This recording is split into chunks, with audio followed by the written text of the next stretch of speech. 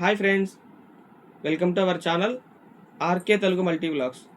ఈరోజు మన వీడియో వచ్చేసి నందిగామకు దగ్గరలో అనాసాగర్ అనేటువంటి గ్రామంలో శ్రీ భక్తాంజనేయ స్వామి వారి దేవాలయం ఉంది.